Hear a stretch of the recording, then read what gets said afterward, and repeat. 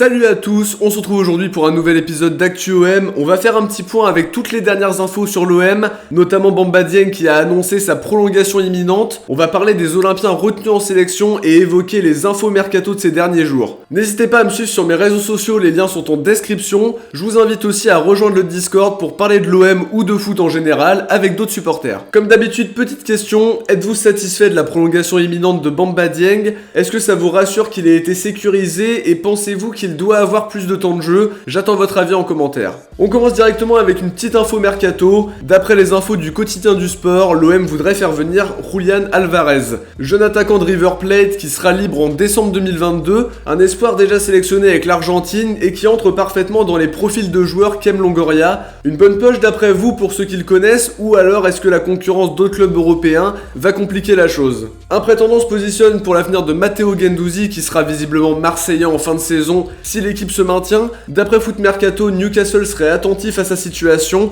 et serait prêt à passer à l'offensive l'été prochain. Pour le moment, le joueur a toujours dit qu'il était bien à l'OM, qu'il voyait pas forcément d'autres destinations dans le moyen terme. Pas d'inquiétude pour le moment, mais c'est sûr qu'avec le début de saison qu'il fait, il va attirer de plus en plus d'équipes. On va maintenant parler des joueurs marseillais convoqués en équipe nationale pendant la trêve. Gerson a une nouvelle fois été sélectionné par Tite pour les 2 matchs de la Seleção contre la Colombie et l'Argentine, malgré des performances pas toujours lumineuses avec l'OM, même si c'est quand même mieux depuis quelques matchs. Dans la lignée du dernier rassemblement des Bleus, Matteo Guendouzi retrouve l'équipe de France pour jouer le Kazakhstan et la Finlande. Chez les U19 français, Simon a été appelé dans les buts et il est accompagné de Salim Benseghir, lui aussi convoqué. Comme prévu, Pape Gueye a été convoqué pour la première fois par Aliou Cissé. Il aura donc l'occasion de faire ses premiers pas, même si on l'a dit, il y a beaucoup de qualité dans l'entrejeu chez les Lions de la Teranga et il devra faire face à la concurrence. Bamba Dieng est lui aussi convoqué et aura l'occasion peut-être d'ouvrir son compteur de buts en sélection. De son côté, William Saliba a été espéré chez les A, mais il sera bel et bien de la partie chez les espoirs pour affronter l'Arménie et la Macédoine du Nord. Harit n'a pas été retenu avec le Maroc, pareil pour Konrad de la Fuente avec les USA. Milik fait lui son retour en sélection polonaise après sa blessure. La semaine prochaine, on fera peut-être un bilan pour les internationaux en vidéo, dites-moi dans les commentaires si ça vous intéresse. On parlait aussi pendant l'été des désaccords salariaux entre la direction et Bamba Dieng qui touchait un salaire vraiment très bas et pas en accord avec son potentiel et ses performances de début de saison. Son entourage avait même dit à l'époque du mercato d'été que le joueur aurait pu définitivement quitter l'OM à cause de la situation. Par la suite, l'OM a donc entamé des discussions pour prolonger le joueur avec un salaire plus important, un salaire de joueur intermédiaire a priori d'après RMC. Pour autant, les deux parties devraient être amenées à discuter à nouveau en fin de saison